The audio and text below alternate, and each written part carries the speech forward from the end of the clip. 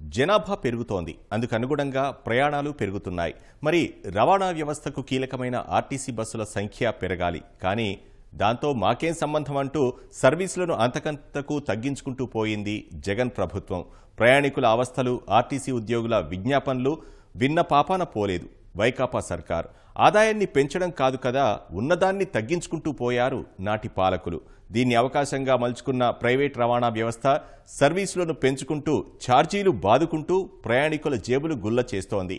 వారాంతాలు, పండుగల సమయాల్లో రద్దీ పెరిగిందంటే చాలు ప్రైవేట్ ట్రావెల్స్ నిలువుదోపిడీ ప్రారంభమవుతుంది. దీంతో ఆర్టీసీ ఆదాయానికి గండి పడుతుంది. ఈ నేపథ్యంలో కూటమి ప్రభుత్వం ప్రయాణికుల సమస్యను పరిష్కరించి ఆర్టీసీ ఆదాయం పెంపు దిశగా చర్యలు తీసుకోవాల్సిన అవసరం ఎంతైనా ఉంది. తెలంగాణతో అంతర్రాష్ట్ర ఒప్పందం విషయంలో వైకాపా సర్కార్ తప్పిదాన్ని సరిచేసి బస్సుల సంఖ్య పెంచాలని ప్రయాణికులు, ఆర్టీసీ ఉద్యోగులు కోరుతున్నారు.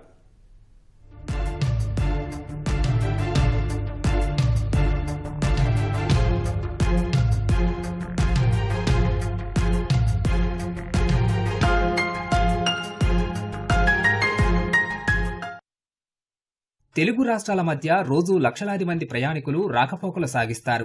దీనికి విజయవాడ, హైదరాబాద్ జాతీయ రహదారి ప్రధానమైంది.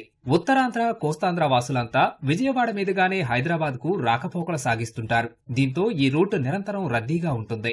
ఎన్ని బస్సులేసినా సరిపోని పరిస్థితి. రాయలసీమ జిల్లాల వాసులంతా హైదరాబాద్ కు రాకపోకలు జరిపే రూట్ కావడంతో కర్నూలు, హైదరాబాద్ రూట్లోనూ నిరంతరం బస్సులు కిటకిటలాడుతుంటాయి. పండుగలు, ప్రత్యేక రోజుల్లో బస్సులు లేక ప్రయాణికుల అవస్థలు అన్నీ ఇన్నీ కావు. రాష్ట్ర విభజనకు ముందు లేని ఈ పరిస్థితి జగన్ ప్రభుత్వం వచ్చాకే వచ్చిందనడంలో సందేహమే లేదు. అప్పట్లో రద్దీకి సరిపడా బస్సులను ఆర్టీసీ అధికారులే నడిపేవారు.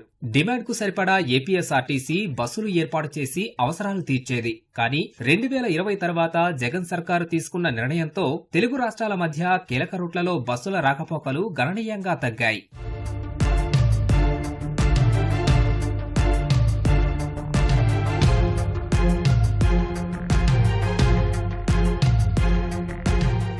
రాష్ట్ర విభజన అనంతరం తెలుగు రాష్ట్రాల మధ్య అంతర్రాష్ట్ర సర్వీసుల ఒప్పందం అమల్లోకి వచ్చింది. దీని ప్రకారం ఏపీఎస్ఆర్టీసీ తెలంగాణ భూభాగంలోకి ఎన్ని కిలోమీటర్ల బస్సులు నడిపితే తెలంగాణ ఆర్టీసీ సైతం ఏపీలో అన్నే కిలోమీటర్ల బస్సులు నడపాలి.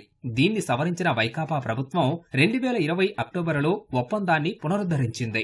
ఈ సమయంలో ఏ రూట్లలో రద్దీ ఎక్కువగా ఉందనే విషయాన్ని సమగ్రంగా అధ్యయనం చేసి ప్రతి ప్రయాణికుడికి బస్సు ఉండేలా ఇరు రాష్ట్రాలు తగిన చర్యలు తీసుకోవాలి. కానీ అది అమల్లోకి రాలేదు.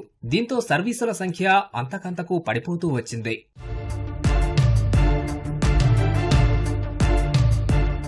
2020 అక్టోబర్ వరకు తెలంగాణలో ఏటా 2,30,000 కిలోమీటర్ల మేర బస్సులు నడుపుతుండగా 2020లో జగన్ సర్కారు దాన్ని ఏకంగా 70,000 కిలోమీటర్లు తగ్గించి 1,30,000 కిలోమీటర్లు నడిపేలా ఒప్పందం చేసుకుంది. దీంతో విజయవాడ నుంచి హైదరాబాద్ మార్గంలో సర్వీసుల సంఖ్య సగానికి పడిపోయింది.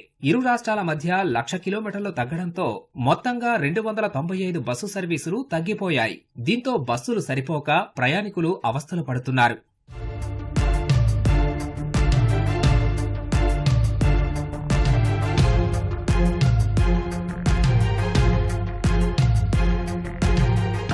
ఆర్టీసీకి అత్యధికంగా ఆదాయం వచ్చే మార్గాలైన విజయవాడ, హైదరాబాద్, కర్నూలు రూట్లలో సర్వీసులు తగ్గించిన అంశంపై రవాణా రంగ నిపుణులు, ప్రజలు అభ్యంతరం వ్యక్తం చేశారు. బస్సుల సంఖ్య తగ్గించడం సరికాదని, ఆర్టీసీ నష్టాల పాలవుతుందని పునఃపరిశీలించాలని ఆర్టీసీ ఉద్యోగ సంఘాలన్నీ వేడుకున్నాయి. కానీ వాటిని నాటి ప్రభుత్వం పట్టించుకోలేదు. ఆర్టీసీ నష్టాల పాలవుతూ వచ్చింది. ఆర్టీసీ బస్సుల్లో వెళ్లేందుకు ప్రయాణికులు భారీ ఎత్తున ఉండగా సరిపడా బస్సులు నడపలేక వచ్చే వేల కోట్ల ఆదాయాన్ని కోల్పోవాల్సి వస్తోందని ఆర్టీసీ ఉద్యోగులు చెబుతున్నారు. ఆర్టీసీలో ఉన్నటువంటి గతంలో మన బస్సుల సంఖ్య తగ్గించిన దానివల్ల మనకున్న రేషియో ప్రకారం కూడా బస్సులు నడపలేని పరిస్థితి అయితే ఆంధ్రప్రదేశ్లో ఉంది. ఉదాహరణ కర్నూలు, హైదరాబాద్, అదేవిధంగా విజయవాడ టు హైదరాబాద్ ఏదైతే ఉన్నాయో తప్పనిసరిగా బస్సుల సంఖ్య ఏదైతే పెంచాల్సిన అవసరం అయితే ఉంది. ఆ మేరకు అవసరమైతే అగ్రిమెంట్ రివైజ్ చేసి రెండు ప్రభుత్వాలు ఎండీ సపరేట్ కూర్చొని అక్రమ రవాణా విపరీతంగా పెరిగిపోతుంది. అటు తెలంగాణ ఆపరేషన్స్ పెరిగిపోతున్నాయి, ఆర్టీసీ ఆపరేషన్స్ తగ్గిపోతున్నాయి. కాబట్టి తప్పనిసరిగా మరొకసారి రివైజ్ చేసి చేసి అగ్రిమెంట్ కండిషన్స్ ఏదైతే ఉన్నాయో నిబంధనలు అందరికీ ఒకటి, మాకు ఒకటే, తెలంగాణ వాళ్ళకి ఒకటి నిబంధన ఏదైతే ఉందో ఆ నిబంధనల ప్రకారము మా పూర్తి స్థాయి ఆపరేషన్ ఏపీఎస్ఆర్టీ చేసిన ఆపరేషన్ను ఏపీఎస్ఆర్టీ చేసే బాధ్యతలు కూడా తీసుకోవాల్సిన విజ్ఞప్తి చేస్తున్నాం. 2020లో జగన్ ప్రభుత్వం ప్రతిపాదనలు అమల్లోకి వచ్చాక రాష్ట్రంలోని అన్ని ప్రాంతాల నుంచి తెలంగాణకు బస్సు సర్వీసులు తగ్గిపోయాయి. కోస్తాంధ్ర జిల్లాల నుంచి హైదరాబాద్ కు వెళ్లే బస్సులన్నీ విజయవాడ నుంచి గరికపాడు చెక్పోస్టు మీదుగా రాకపోకలు సాగిస్తుంటాయి. ఈ రూట్లో గతంలో ఏపీఎస్ఆర్టీసీ రోజు 374 బస్సు సర్వీసులను 1,03,702 కిలోమీటర్లు నడిపేది. దాన్ని కేవలం 192 సర్వీసులను 52,524 కిలోమీటర్లకు తగ్గించేసింది జగన్ ప్రభుత్వం. 2 ఆర్టీసీలు నష్టపోట విధంగా ఈ అగ్రిమెంట్ జరిగింది.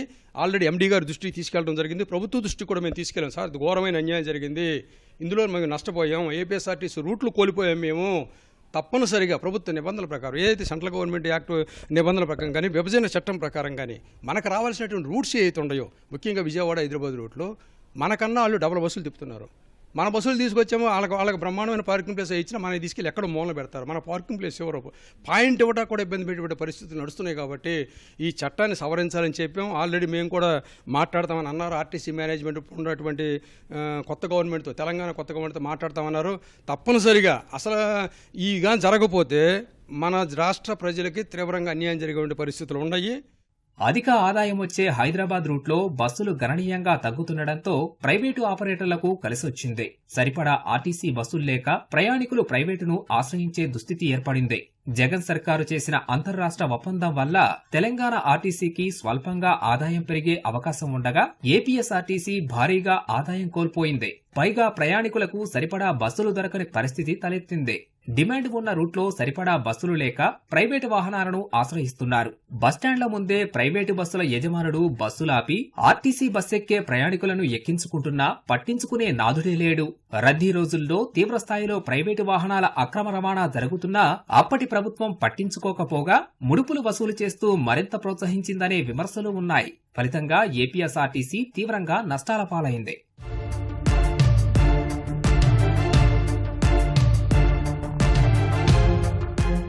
కూటమి ప్రభుత్వం ప్రైవేటు బస్సులను నియంత్రించి ఆర్టీసీ బస్సుల సంఖ్య పెంచేలా చర్యలు తీసుకోవాలని ప్రయాణికులు కోరుతున్నారు. దీనికి తెలంగాణలో అంతర్రాష్ట్ర ఒప్పందాన్ని మార్చి సర్వీసుల సంఖ్య పెంచేలా చేయాలని ఆర్టీసీలోని ఉద్యోగ సంఘాల నేతలు కోరుతున్నారు. తద్వారా ఆర్టీసీని కాపాడేలా చర్యలు తీసుకోవాలని వేడుకుంటున్నారు. అలాగే ప్రైవేట్ ఆపరేటర్స్ అడ్డగోలుగా ప్రైవేట్ ఆపరేటర్స్ అక్రమంగా చట్ట విరుద్ధంగా ఇవాళ ఆన్లైన్ బుకింగ్లు పెట్టుకొని రోడ్డు మీదే బహిరంగంగానే అన్ని ప్రదేశాల్లో కూడా ఇవాళ ఆన్లైన్ బుకింగ్ పెట్టుకొని ఏజెన్సీలు పెట్టుకొని బుక్ చేస్తున్నప్పుడు కూడా అక్రమ రవాణాను ఎవరు అరికట్టాలి? ప్రభుత్వం అరికట్టాలి. ఏపీ, ఒడిశా రోడ్డు రవాణా కార్పొరేషన్లు స్టేజ్ క్యారియర్ల విషయంలో మరో అనుబంధ అంగీకార ఒప్పందం కుదుర్చుకున్నాయి. ఏపీలో 25,383 కిలోమీటర్ల మేర, ఒడిశాలో 25,644 కిలోమీటర్ల మేర పరస్పరం బస్సులను స్టేజ్ క్యారియర్లుగా తిప్పేందుకు అంగీకారం కుదిరింది. 1,322 బస్సులు కర్ణాటకలో రోజుకు 2,34,762 కిలోమీటర్లు తిరుగుతున్నాయి. కర్ణాటక బస్సులు ఏపీలో అంతే స్థాయిలో తిరుగుతున్నాయి. బస్సుల సంఖ్య కూడా అంతకంతకు పెరుగుతోంది. కానీ అత్యధిక మంది తిరిగే ఏపీ, తెలంగాణ మధ్య సర్వీసులు పెంచాల్సి ఉండగా విరుద్ధంగా వైకాపా సర్కారు తగ్గించడం, ప్రైవేటు వాహనాలు పెంచేలా చేయడం ఎవరి ప్రయోజనాల కోసమో అర్థం చేసుకోవచ్చని ప్రయాణికులు చెబుతున్నారు. గతంలో ఉన్న ప్రభుత్వాలు, తెలంగాణ ప్రభుత్వం కానివ్వండి, గతంలో ఉన్న ఆంధ్రప్రదేశ్ ప్రభుత్వం కానివ్వండి, విలీనం తర్వాత ఒక ఇంటర్ స్టేట్ అగ్రిమెంట్ కుదుర్చుకునే భాగంలో పక్క రాష్ట్రానికి లబ్ధి చేకూర్చేలాగా, అంటే ఏపీఎస్ఆర్టీసీ మీద సవత ప్రేమ చూపించినట్టుగా ఆ రోజు ప్రభుత్వం ఏపీఎస్ఆర్టీసీ పూర్తిగా నిర్లక్ష్యం చేసి మన సర్వీసులు అన్నీ కూడా ఎక్కువ కిలోమీటర్స్ తిరగాల్సిన సర్వీసులు, ఎక్కువ భాగం మనం ఆపరేట్ చేసే సర్వీసులు అన్నింటినీ కూడా వాళ్ళకి దారాదత్తం చేసి వాళ్ళు అడిగిన కండిషన్స్ అన్నింటినీ కూడా ఒప్పుకొని తల ఉంచేసి పక్క రాష్ట్రానికి తల ఉంచి ఆర్టీసీని వాళ్ళ దగ్గర చాలా దారుణంగా అవమానపరిచారు. అయితే ఈ గతంలో జరిగిన ఏదైతే ఉందో ఇంటర్ స్టేట్ అగ్రిమెంట్, దాన్ని ఇప్పుడున్న ప్రభుత్వం, ప్రస్తుత అధికారులు ఒక్కసారి రివ్యూ చేసి ఎక్కడైతే మన భాగస్వామ్యం ఉన్న రూట్స్ ఏవైతే ఉన్నాయో వాటిలో మన సర్వీసులు గతంలో ఎన్నైతే ఉన్నాయో వాటిని మళ్ళీ పునరుద్ధరించాలని, ఆ విధంగా మన సర్వీసులు పెరగడం ద్వారా, మన కిలోమీటర్లు పెరగడం ద్వారా ఆదాయాన్ని ఇంప్రూవ్ చేసుకోవాలని, ఎప్పుడైతే మన సర్వీసెస్ ఆ రూట్లో ఆపరేట్ చేయబడతాయో అప్పుడు ఆ రూట్లో ఉన్న ఇరిస్ట్రిక్ట్ ఆపరేషన్స్ అన్నిటి కూడా కంట్రోల్ చేయడానికి మన ప్రభుత్వానికి ఒక కంట్రోల్ ఉంటుందని చెప్పి మేము భావిస్తూ ఉన్నాం. తెలుగు రాష్ట్రాల మధ్య క్రమంగా తగ్గుకుంటూ వచ్చిన బస్సు సర్వీసులను కూటమి ప్రభుత్వం పెంచే దిశగా చర్యలు తీసుకోవాలని ప్రయాణికులు కోరుతున్నారు. తద్వారా ఆదాయం ప్రైవేటు వారికి వెళ్లకుండా తెలుగు రాష్ట్రాల ఆర్టీసీలకు వెళ్తాయి. దీంతో ఆర్టీసీలు బలోపేతమయ్యే అవకాశం ఉంటుందని ప్రయాణికులు చెబుతున్నారు.